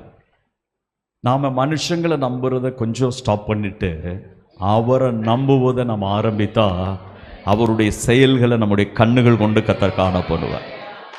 இன்று இரவு நீங்கள் எத்தனை பேர் தயாராகிறீங்க? இன்று இரவு கர்த்தர் உங்கள் வாழ்க்கையில் இறங்கி வருவார். எத்தனை பேர் விசுவசிக்கிறீங்க? உங்களுக்கு விரோதமாய் தடைகளாய் இருக்கிறவைகளை உடைக்க கர்த்தர் இறங்குவார் என்று எத்தனை பேர் நம்புகிறீர்கள்? அப்படியான இன்று இரவு நாம் ஜெபம் பண்ணுவோம். ஏசாயாவினுடைய ஜெபத்தை நாம் ஜெபம் பண்ண போகிறோம். ஆண்டவரே, முந்தின நாட்களிலும் பூர்வ தலைமுறைகளிலும் அன்றைக்கு இறங்கி வந்தது போல எங்களுக்காக இறங்கிவார். கொஞ்ச நேரம் அப்படியே எழுந்து நிற்போம். சில மினிட்டுகள் நாம் ஜெபம் பண்ணுவோம். கர்த்தர் உங்கள் வீட்டில், உங்கள் குடும்பத்தில், உங்கள் வேலை ஸ்தலத்தில், உங்கள் பிள்ளைகளுடைய வாழ்க்கையில், உங்கள் சபையில், எதிர்காலத்தில் கர்த்தருடைய வருகை தாமதிக்குமானால் நீங்கள் அக்கறைக்கு கொண்டு போகப்பட கர்த்தர் அழைத்த அழைப்பு எங்கேயோ அந்த இடத்தை நீங்கள் ரீச் ஆவதற்கு தடையாக எழும்பி நிற்கிற எல்லா தடைகளையும் உடைக்க வல்லமையுள்ள ஒரு தெய்வம் உண்டு. அவர் முந்தின தலைமுறைகளில் பூர்வ காலங்களில் வல்லமையோடு எழும்பினார் என்றார். ஏசாயா கண்டார். இயேசு கிறிஸ்து செங்கடலின் நடுவில் இறங்கி வந்து வலு சர்ப்பத்தை உடைத்து, வலு சர்ப்பத்தின் தலையை வதைத்து, வலு சர்ப்பத்தை கொன்று இஸ்ரவேல் ஜனங்கள் அக்கறை கடந்து போக வழி உண்டாக்கினார். ஆகவே அவர் தன்னுடைய காலத்தில் ஜெபிக்கிறார், எழும்பு எழும்பு பெலன் கொள் கர்த்தரின் புயமே, முந்தின நாட்களிலும் பூர்வ தலைமுறைகளிலும் எழும்பினபடி எழும்பு. ராகாபை துண்டித்ததும் வலு சர்ப்பத்தை வதைத்ததும் நீர்தான் அல்லவோ, மகா ஆழங்களின் தண்ணீர்களை வெற்றி போக பண்ணினதும் கர்த்தரால் மீட்கப்பட்டவர்கள் கடந்து போக கடலின் பள்ளங்களை வழியாக்கினதும் நீர்தான் அல்லவோ, அப்படியே கர்த்தரால் மீட்கப்பட்ட எங்க காலத்தில் உள்ளவர்கள் சீயோனுக்கு திரும்பும்படி, கர்த்தருடைய பேழைக்கு திரும்பும்படி, கர்த்தருடைய அடைக்கலத்துக்கு திரும்பும்படி ஆண்டவரே எங்களுக்காய் எழுந்தருளும் என்று ஜெபித்தாரே. இந்த இரவு நாம ஜெபிக்க போகிறோம். கர்த்தாவே, அவர்கள் இயேசு கிறிஸ்துவின் இரத்தத்தினால் அல்ல, பஸ்காட்டுக்குட்டியின் இரத்தத்தால் மீட்கப்பட்டவர்கள். நாங்களோ யதார்த்த உண்மையான இரட்சகராகிய இயேசு கிறிஸ்துவின் இரத்தத்தினால் மீட்கப்பட்டவர்கள். அவர்களுடைய சத்தத்திற்கே மனதுருக்கமாய் நீர் இறங்குவீரானால் எங்க சத்தத்திற்கு நீர் எவ்வளவு மனதுருக்கமாய் இறங்க முடியும்? இந்த இரவு நான் விசுவசிக்கிறேன், இந்த இரவு கர்த்தர் இங்கு வந்திருக்கிறார். இந்த இரவு அவர் நமக்காய் இறங்கி வர போகிறார். இந்த இரவு நம்முடைய பிரச்சனைகளை அவர் கரங்களில் எடுக்க போகிறார். இந்த இரவு உங்க வீட்டுக்காய் அவர் வைராக்கியமாய் இறங்கி வர போகிறார். அடைக்கப்பட்ட சில கதவுகளை அவர் திறக்க போகிறார். சில புது வழிகளை கர்த்தர் உங்களுக்காய் திறக்க போகிறார். ஆமென். முந்தினவைகளை நீங்க நினைக்க வேண்டாம், பூர்வமானவைகளை நீங்க சிந்திக்கவும் வேண்டாம். இதோ நான் உங்களுக்காய் புதிய காரியத்தை செய்ய போகிறேன். வனாந்திரத்திலே வழியையும் அவாந்தர வெளிகளிலே ஆறுகளையும் உண்டாக்குவேன் என்று சொன்ன தேவன் உங்களுக்காய் சில புது வழிகளை திறக்க போகிறார். ஆமென். பழையதை குறித்து யோசித்து, பழையவைகளை நினைத்து, எப்பொழுது ஒரு நல்ல காலம் பிறக்கும் என்று, எப்பொழுது வாக்குத்தத்தம் நிறைவேறும் என்று வாஞ்சையோடு காத்து கொண்டிருக்கிறீர்களோ, உங்களை இந்த வருஷத்தில் அக்கறைப்படுத்தும்படி, கர்த்தர் கொண்டு போக வேண்டும் என்று கொடுத்த வாக்குத்தத்தத்துக்கு கொண்டு போகும்படி, உங்களுக்கு விரோதமாய், குடும்பத்துக்கு விரோதமாய், பிள்ளைகளுக்கு விரோதமாய், கணவருக்கு விரோதமாய், மனைவிக்கு விரோதமாய், நன்மைகளுக்கு விரோதமாய் எழும்பி நிற்கிற சில சர்ப்பத்தின் வல்லமைகளை, தேசாந்திரிய வல்லமைகளை, அந்தகாரத்தின் வல்லமைகளை, உங்களுடைய ஆவிக்குரிய சந்தோஷத்தை நீங்க இழந்து போக பண்ணி நடைபெறமாய் மாற்ற போராடுகிற வல்லமைகளை, ஆமென், இன்று இரவு கர்த்தர் உடைப்பாராக, கர்த்தர் உடைப்பாராக, சர்வ வல்லவர் உடைப்பாராக. இப்போதே உங்களுக்காய் வழிகள் திறக்கப்படுகிறது, பாதைகள் திறக்கப்படுகிறது. வெண்கல கதவுகளை உடைக்கிறவர், இரும்பு தாழ்பால்களை முடிக்கிறவர், ஒளிப்பிடத்தில் உள்ள பொக்கிஷங்களை எடுத்துக் கொடுக்கிறவர் இந்த இரவு உங்களுக்கு முன்னாய் புறப்படுகிறார். தடைகளை உடைக்கிறவர் உங்களுக்கு முன்னாய் புறப்படுகிறார். விசுவாசிக்கிறவர்களுக்காய் வல்லமையை வெளிப்படுத்தும்படி இந்த இரவு இறங்கி வருவதாக, ஒவ்வொரு சகோதரன் மேலும் அந்த வல்லமை இறங்கி வருவதாக, சகோதரிகள் மேல் வல்லமை இறங்கி வருவதாக, சரீரங்களிலே இறங்கி வருவதாக, வீட்டில் இறங்கி வருவதாக, சபைக்காய் கர்த்தர் இறங்கி வருவீராக. கர்த்தரை விசுவாசித்து சனகிரேப்பினுடைய சத்தத்துக்கு செவி கொடுக்காமல் தேவனுடைய முகத்தை நோக்கி பார்க்க எசேக்கியேல் ராஜாவும் ஏசாயா தீர்க்கதரிசி ஒருமனப்பட்டு ஜெபித்த போது, விசுவாசிக்கிற அவர்களுக்காய் ஒரு தூதனை அனுப்பி 1,85,000 பேரை வதிக்க கர்த்தருக்கு வல்லமை உண்டானால், பிடிக்கப்பட்ட பேதுருவை விடுதலையாக்க சபை இரவிலே கண் விழித்து ஜெபிக்கும் போது ஒரு தூதனை அனுப்பி அவனை தட்டி எழுப்பி கதவுகள் தானாய் திறக்க பேதுருவை வெளியே கொண்டு வர கர்த்தருக்கு வல்லமை உண்டென்றார். அவருடைய ஒரு வார்த்தையால் ஆகும் ஆகும் ஆகும் என்கிற கர்த்தருடைய வல்லமையுள்ள வார்த்தைகள் புறப்பட வேண்டுமானால் இந்த இரவு விசுவாசிக்கிறவர்களுக்காக அன்றைக்கு செய்தது போல இன்றைக்கும் செய்ய கர்த்தர் வல்லமை உள்ளவராய் இருக்கிறார். உங்களுக்காய் கர்த்தர் தூதனை அனுப்புவார், உங்களுக்காய் கர்த்தர் இறங்கி வருவார், உங்களுக்காய் கர்த்தர் கிரியை செய்வார். உங்களுக்கு விரோதமாய் எழும்புகிறவைகளை நீக்கி போட இந்த இரவு அவர் யுத்த வீரனை போல புறப்படுவார். Thank you, Holy Spirit of God. சில குடும்பங்களை கர்த்தர் தொட போகிறார். ஆத்மீக மகிழ்ச்சி மறுபடியும் வரும். உன்னதமான அனுபவங்கள் திரும்ப உங்க வீட்டுக்குள்ளே வரும். உன் ஜெப அறை மறுபடியும் பரலோகத்தினால் திறக்கப்படும். உள்ள அறையில நீ இழந்து போன அனுபவங்களை பரலோகம் உனக்கு திரும்ப கொடுக்கும். தேவ மகிமை வீட்டுக்குள்ள மறுபடியும் இறங்கி வருகிறது. நீ பார்க்க போகிறாய். இதுவரை காணாமல் சில நாட்களாய் அடைக்கப்பட்டது போல எந்த ஒரு பரலோகத்தினுடைய விசிட்டேஷனும் இல்லாதிருக்கிற அனுபவங்கள் இன்று இரவு கர்த்தர் அந்த தடைகளை உடைத்து மாற்றி பரலோகம் மறுபடியும் உங்க வீட்டுக்குள்ள அசைவாட தொடங்கும். ஜெப வேளையில் ஆவியானவர் அசைவாட தொடங்குவார். இதுவரை காணாத மகிமையை உன்னுடைய கண்ணுகள் பார்க்கும். இதுவரை வெளிப்படாத வல்லமையை நீ அனுபவிக்க தொடங்குவா. இந்த இரவு விசுவாசிக்கிறவர்களுக்காய் கர்த்தர் கிரியை செய்யும்படி சில குடும்பங்கள் மேல் இறங்கி வருகிறார். செங்கடலை வெற்றி போக பண்ணினவர் எங்கே? மோசையை கொண்டு ஜனங்களை அக்கறைப்படுத்தினவர் எங்கே? கேள்வி உண்டோ? கேள்விக்கு இன்று இரவு கர்த்தர் பதில் தர விரும்புகிறார். முந்தின நாட்களிலும் பூர்வ தலைமுறைகளும் இறங்கி வந்தது போல, ஏசாயாவின் நாட்களில் இறங்கி வந்தது போல கர்த்தர் உங்களுக்காக இறங்கி வர போகிறார். நீ கைகளை உயர்த்தி ஜெபிக்கையில் உன் கைகளோடு அவர் தம்முடைய கைகளை சேர்த்து தம்முடைய நாமத்திற்கு கீர்த்தி உண்டாக்கும்படி உங்க வீட்டில் தம்முடைய மகிமையை வெளிப்படுத்த போகிறார். இந்த வேலை ஸ்தலத்தில் அது நடக்கும். கர்த்தாவே, இந்த சபையை ஆண்டவரே இந்த 50 வருடங்கள் நடத்தினீங்க, அக்கறை கடத்துவீராக. இனி அக்கறையின் அனுபவங்கள் இந்த சபையில் உண்டாகட்டும்.